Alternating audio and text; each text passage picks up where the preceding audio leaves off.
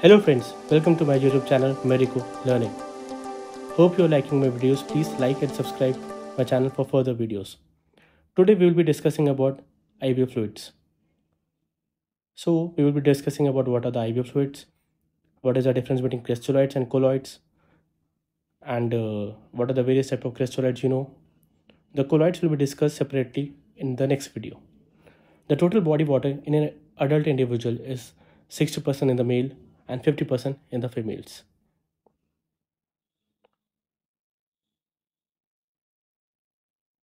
So 60% and 50% respectively in the males and the females is the total body water composition. Now we shall be discussing about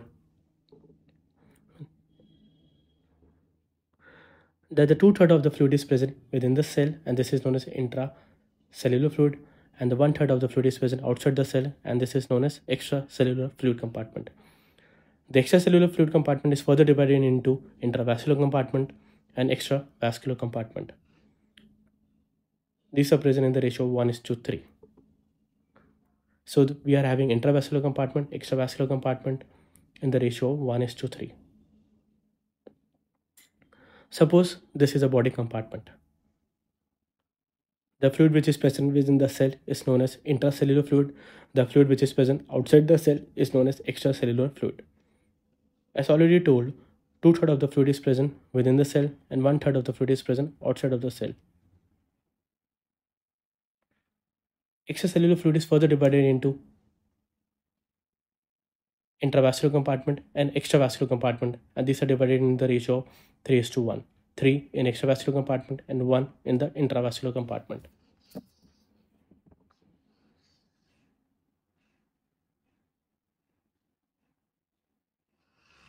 Now,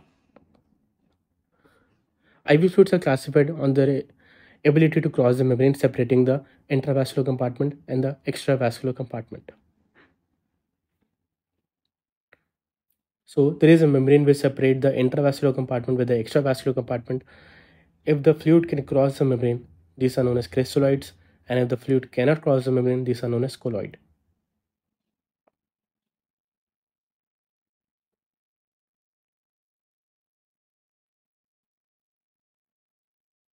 This is the intravascular compartment, this is the extravascular compartment, and there is a membrane which is present in between them. So if the fluid can pass, this is known as crystalloid. If the fluid cannot pass, it is known as colloid.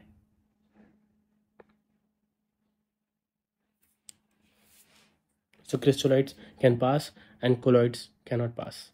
The membrane separating the intravascular with the extravascular compartment. Now, suppose we are having a 70 kg adult male.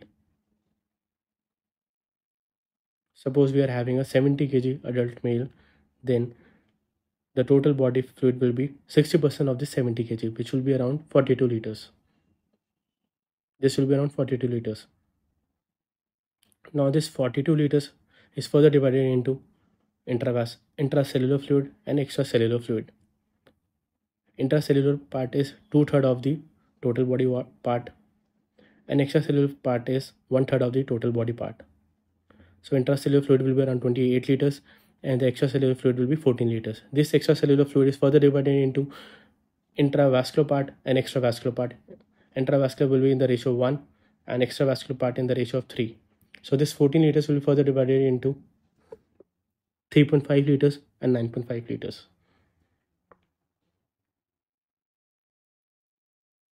So we have studied about IV fluids, we have studied about the body composition of water, we have studied about intracellular fluid, extracellular fluid, we have studied about intravascular compartment and extravascular compartment. If they can pass the membrane, these are known as crystalloids. If they cannot pass the membrane, these are known as colloids.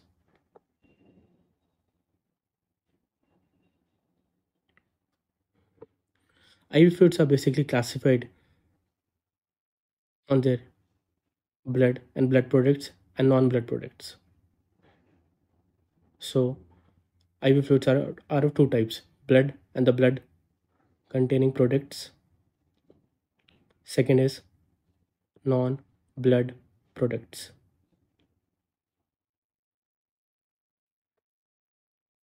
The non-blood products are further classified into crystalloids and colloids.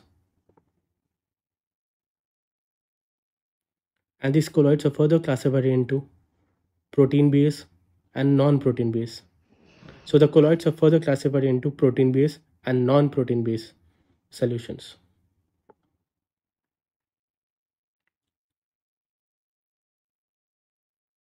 The crystalloids can be glucose containing, it can be electrolyte containing, and it can be mixed. The protein base are further classified into gelatin, hemaxyl, and gelfusin. So the proteins are further classified into gelatin, hemaxyl, and gelfusin. Another subdivision is albumin, 5% albumin, 20% albumin. The non-protein base are starch, dextran, starch, and dextran. The starch is further classified into Hess starch, tetrastarch, and pentastarch. So IV fluids, blood and blood products, non-blood products, crystalloids and colloids. Colloids can be protein base and non-protein base. So this is the major classification of the IV fluids. Now we shall be discussing about what is crystalloid. As already discussed before, the crystalloids are those fluids which can cross the membrane separating the intravascular compartment with the extravascular compartment. So they can cross the membrane separating the intravascular compartment with the extravascular compartment. This can be glucose base, this can be electrolyte base, and this can be mixed also.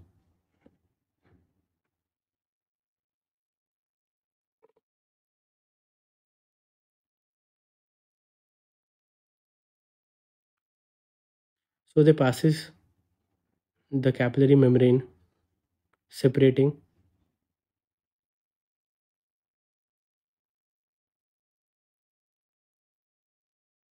plasma to the interstitial compartment.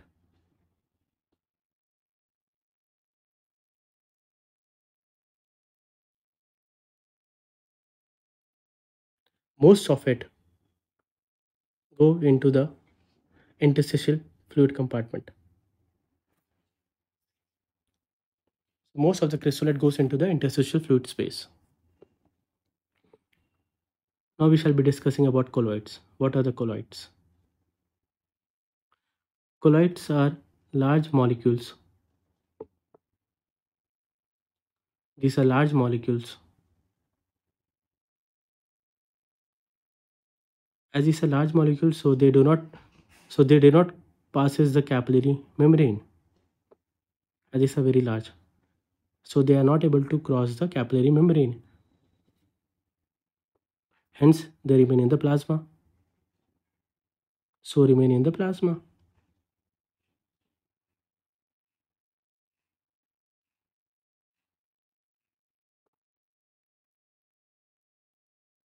So we have studied about crystalloids and colloids. We have studied about the major classification of the IV fluids. Now we shall be discussing about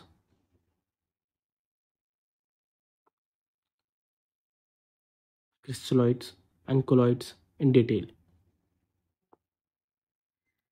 So what are crystalloids?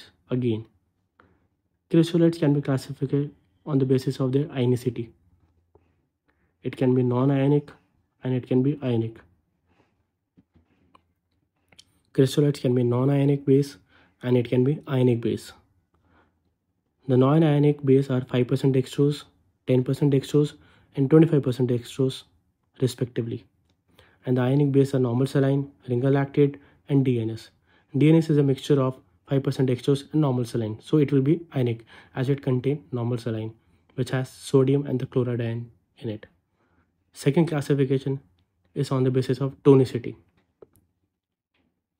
On the basis of tonicity, I repeat, it can be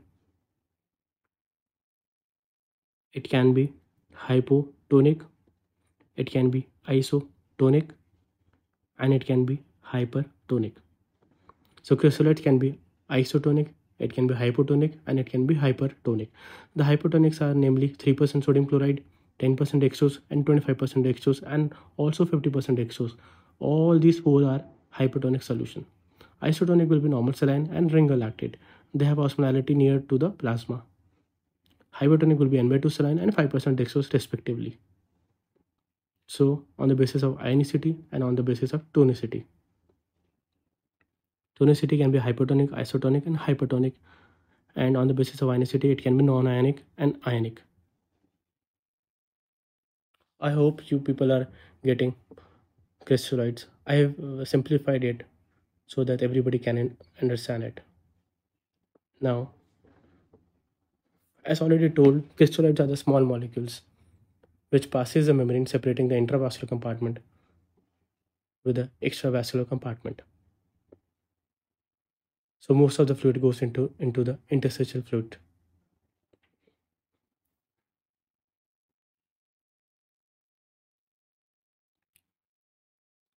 Crystalloid passes the membrane which separated the intravascular compartment with the extravascular compartment.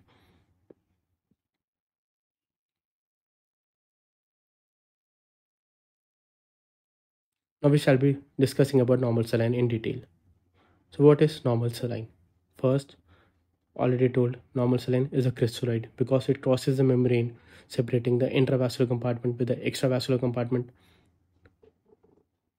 It is ionic base.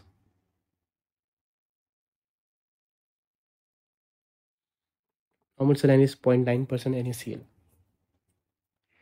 It will be containing sodium ions, chloride ions. It will have certain pH and it will also have certain osmolarity. The sodium ions will be 154 milliequivalents per liter. Chloride will be 154 milliequivalents per liter. The pH will be 5.7 and the osmolarity will be 308. The sodium ion is high, the chloride ion is high, the pH is less and the osmolarity is also high. So it has high sodium content, it has high chloride content, it has less of pH, and increase in the osmolality will be there. Because of all this condition, and it does not contain buffer as well. Because of all this condition, it is not a physiological fluid. Hence, normal saline, which we think is physiological, is actually not physiological fluid because of all these factors. It also alters the acid-base balance. So the acid-base balance is also altered because it has no buffer. The pH is also less, 5.7. So this is about normal saline. Sodium, chloride, pH, and osmolality is discussed. 154 milliequivalents, chloride also 154 milliequivalents, pH of 5.7, osmolarity of 308. What are the indications when we can use normal saline in our day-to-day practices? It is used as an excessive IV fluid. It is used to maintain blood volume and blood products.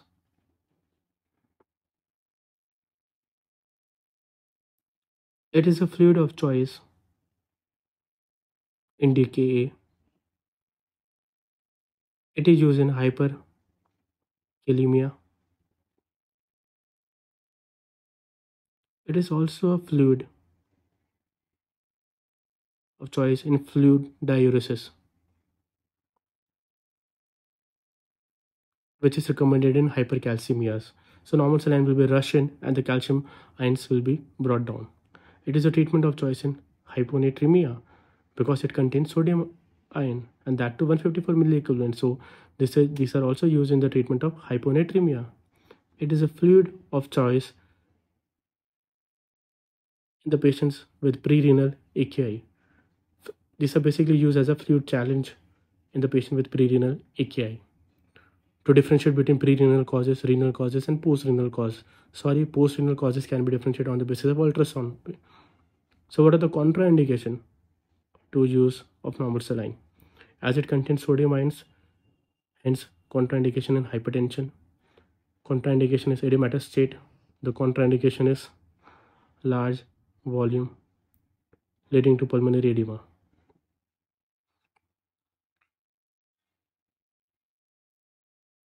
It will cause increase in the risk of pulmonary edema because it contains sodium ions and chloride and water ion fluid will be absorbed and there will be increase in the risk of pulmonary edema. NS will also call hyperchloremic metabolic acidosis. So basically contraindications are hypertension, edematous state, there is increased risk of pulmonary edema, and it also causes hypochloremic metabolic acidosis. Now we shall be discussing about 3% NaCl. What is 3% NaCl? 3% NaCl, as already told, it is an ionic based solution which is hypertonic. Hypertonic because the tonicity is higher than the plasma. It is a crystalloid. As it is a crystalloid, so it passes a capillary membrane separating the intravascular compartment with the interstitial compartment. So the interstitial volume will increase. There will be increase in the delivery of sodium content. There will be increase in the tonicity.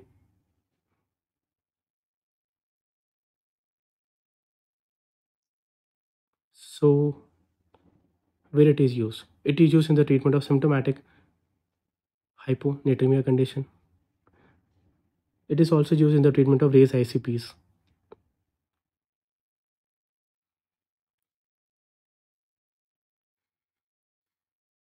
And it is better than the mannitol.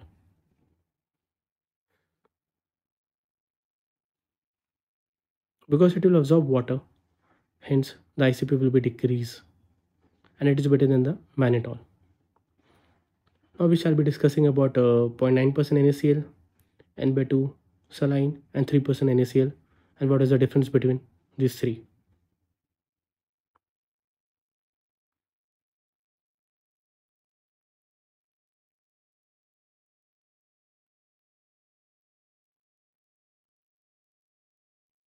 So this is 0.45% NaCl, that is N/2 NaCl. It is 0.9% NaCl, and this is 3% NaCl. N/2 will have sodium ions, chloride ions, and there will be pH. Also, there will be osmolality also. The sodium content will be 77 milliequivalents per liter. Chloride will be 77 milliequivalents per liter. pH will be 6, and osmolality will be 154. 0.9% NaCl 154, 154, 5.6, and 308. 3% NaCl will have 513, 513, 5.7 pH and 1026 osmolality. So this is the major differences between the various type of NaCl commonly used in day-to-day practices.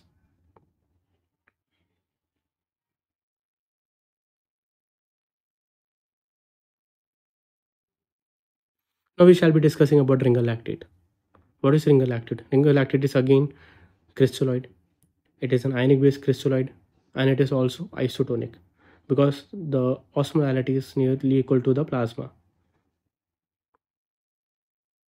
The composition of the Ringer lactate is important. It contained sodium ion, it contains chloride ions, it contains potassium, calcium, it contains lactate which is used as a buffer. It will have certain pH and there will be osmolality also. The sodium content will be The sodium content will be 130 milliequivalents per liter, chloride will be 109, potassium will be 3, calcium will be 4, the lactate will be 28, the pH will be 6.5, and the osmolality will be 273. The osmolality is nearly equal to the plasma, hence it is isotonic. It will be nearly osmolar to that of plasma, hence it is isotonic.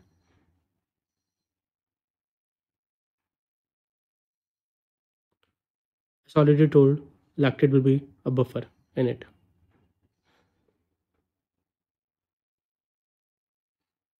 It is one of the most physiological fluid which is used in day-to-day practices.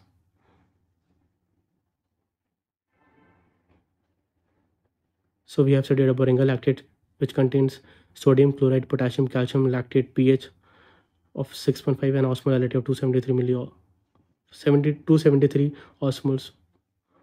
It is nearly isoosmolar. Now, what are the various uses of ringalactane in day-to-day practices?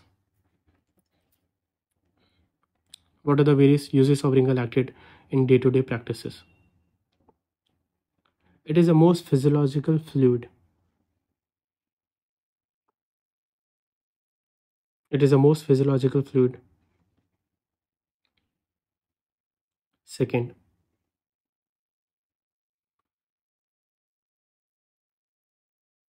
large volume can be used or infused without the risk of electrolyte disturbances, electrolyte imbalances. Hence, it is a large volume can be infused without the risk of electrolyte imbalances.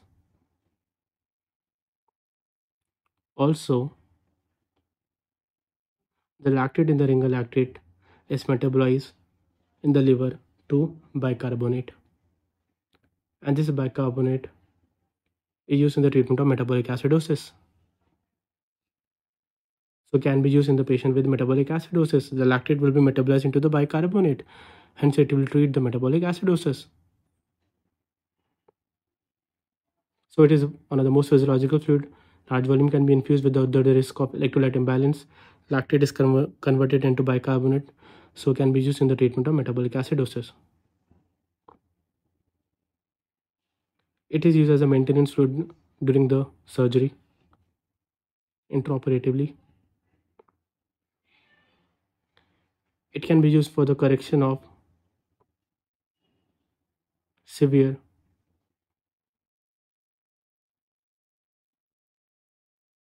hypovolemia. It is used for the correction of severe hypovolemia. It can be used in DKA because it contains potassium ion and it contains bicarbonate ion also.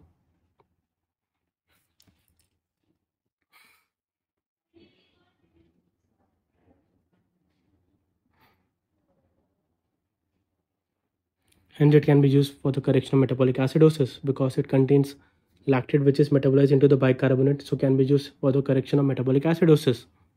Whereas NS cause hypercholemic metabolic acidosis. So this is the difference between NS and the ringalactate. What are the various disadvantages? So what are the various disadvantages of using ringalactate? Ringalactate, which is one of the most physiological fluid, had certain disadvantages also. First,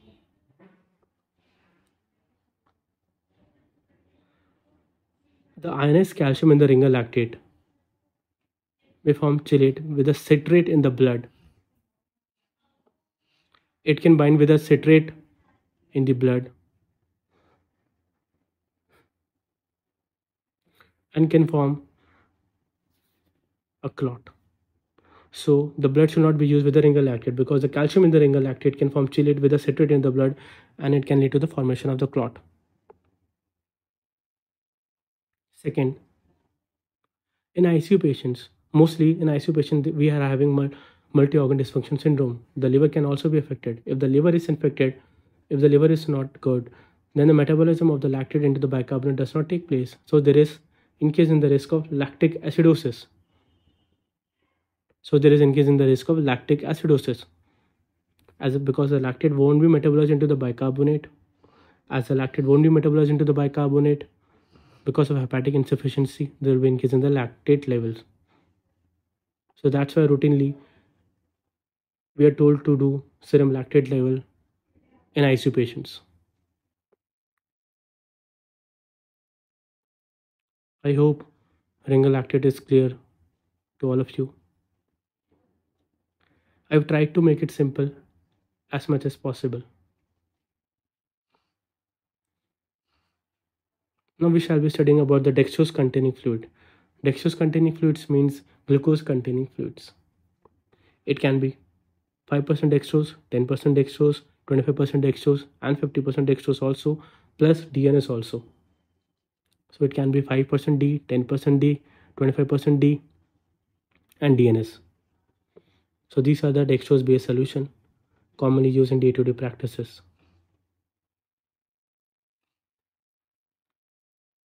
The first use is dextrose-based solution has a protein sparing effect. Now, what does this mean? Now, what does this word protein sparing effect means? It means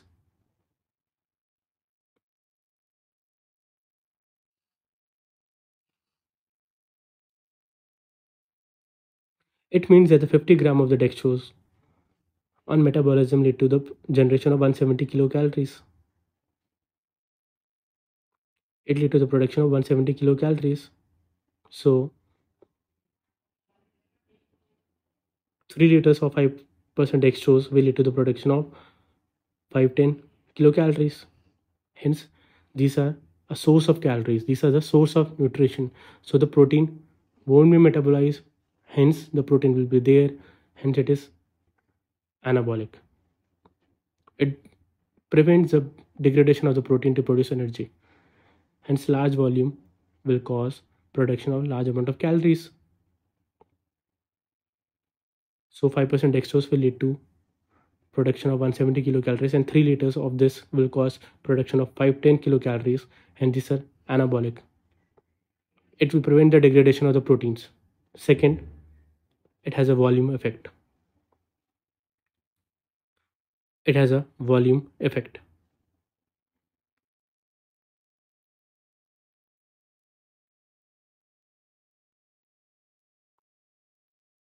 The first is protein sparing effect. The second is the volume effect. Now, what does this volume effect means?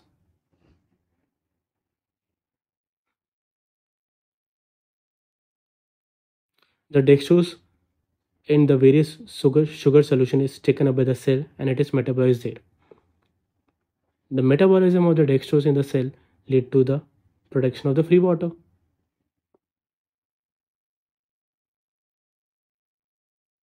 So the dextrose is taken up by the cell which is metabolized into the free water. Hence there will be increase in the cellular swelling. So it will cause cellular swelling.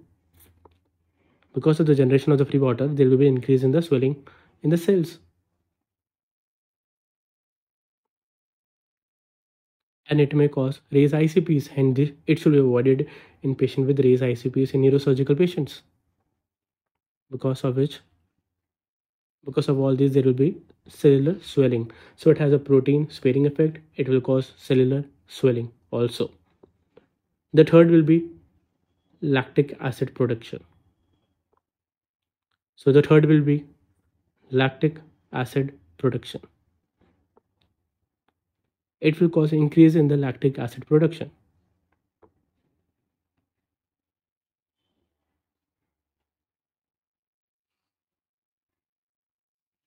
It will cause increase in the lactic acid production.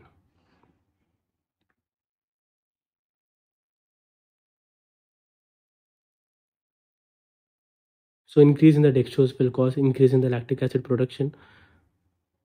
So it is best avoided in the septic patients, because in septic patient there is already septicemia, which will cause increase in the lactic acid level. So dextrose-based solutions should be avoided in septic patients because it will further aggravate the lactic acidosis and it will further aggravate the septicemia in these patients.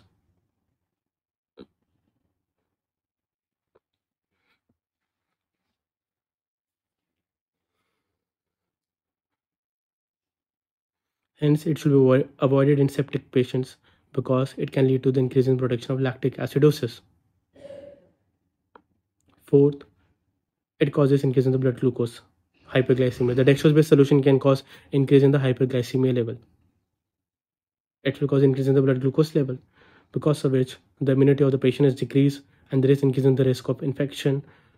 The TLC count may increase and it can further aggravate the septicemia in this patient. So it should be avoided in septic patients. Immunocompromised patients on steroids, patients on immunosuppressive drugs. So what are the indications of these dextrose-based solution? There are some indication also in which we use this dextrose-based solution. First, it is a very important source of calories. As already told, 5% dextrose lead to the production of 170 kilocalories. Hence, these are very high source of energies. These are used for the correction of hyponatremia because it will cause absorption of water, leading to decrease in the sodium content. It is used for administration of certain drugs. There are certain drugs which are diluted with 5% dextrose for their administration in ICU patients. So these are the source of calories. These are used for the administration of certain drugs. What is GNS? DNS is a combination of 5% dextrose and 0.9% NaCl. Hence, these are glucose containing and electrolyte containing as well. And it is isotonic.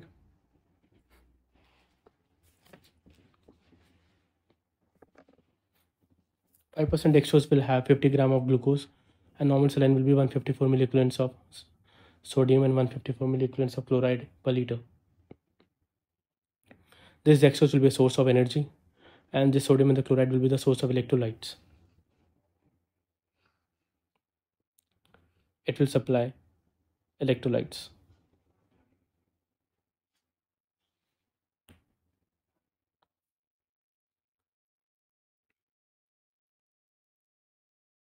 So this is GNS.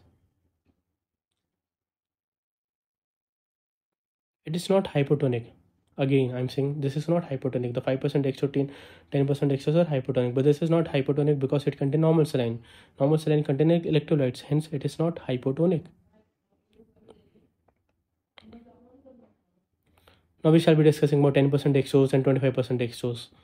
The 10% dextrose and 25% dextrose contain 100 gram of glucose, and 25% dextrose contain 250 grams of glucose respectively.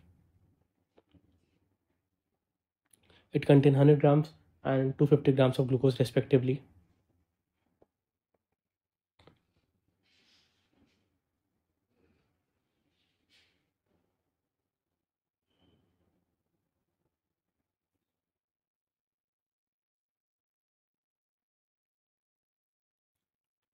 I'm going little slow so that each and every individual can understand easily, as IV fluid is one of the most important topic.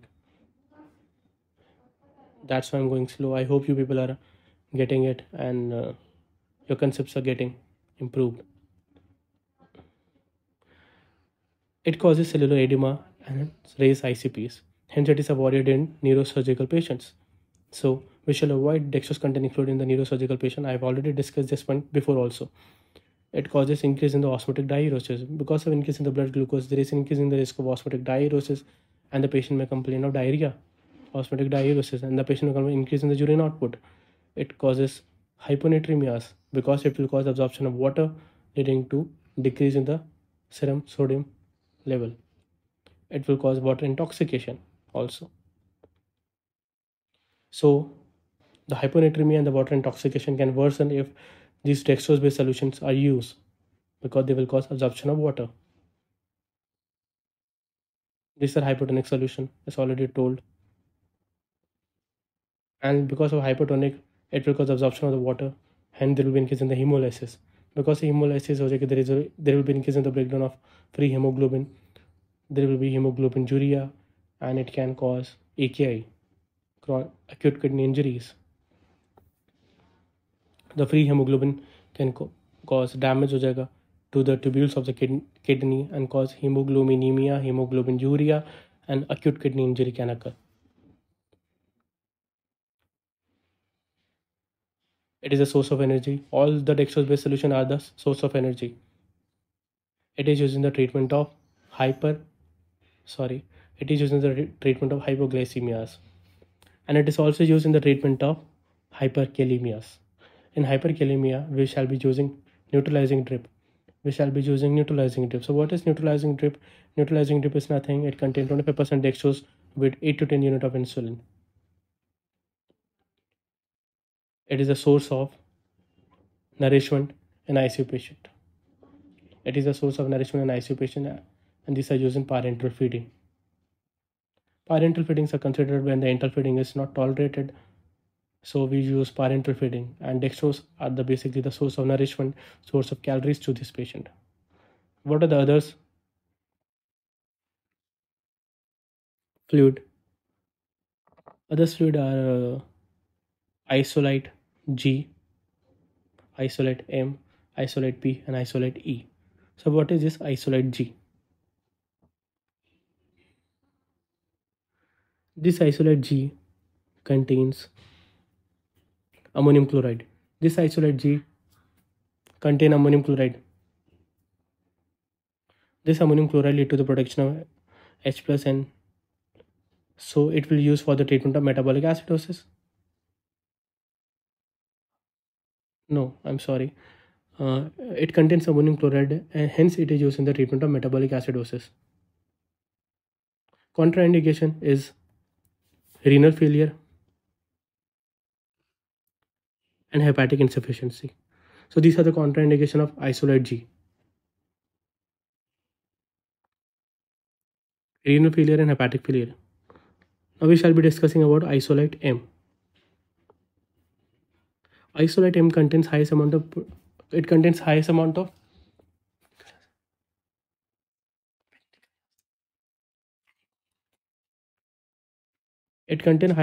potassium. So these are avoided in patient of burns and hyperkalemia and renal failure.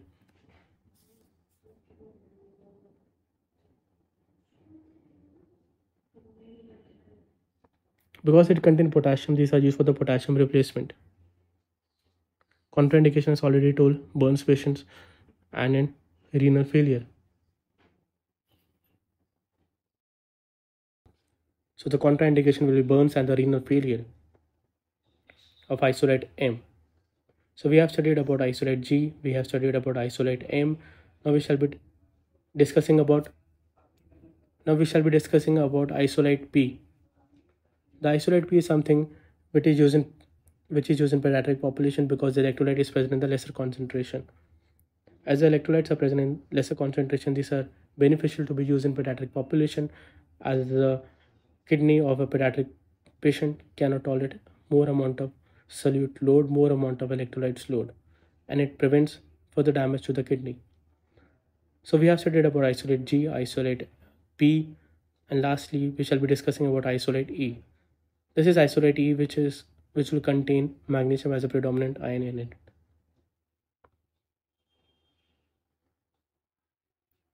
So this is isolate P, which is used in pediatric population, and this is isolate E, which contain predominant magnesium ion in it.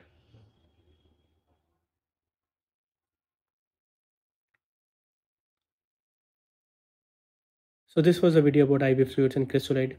Hope you all like my video. Please like and subscribe my channel. Stay tuned and stay updated for further videos. Thank you very much.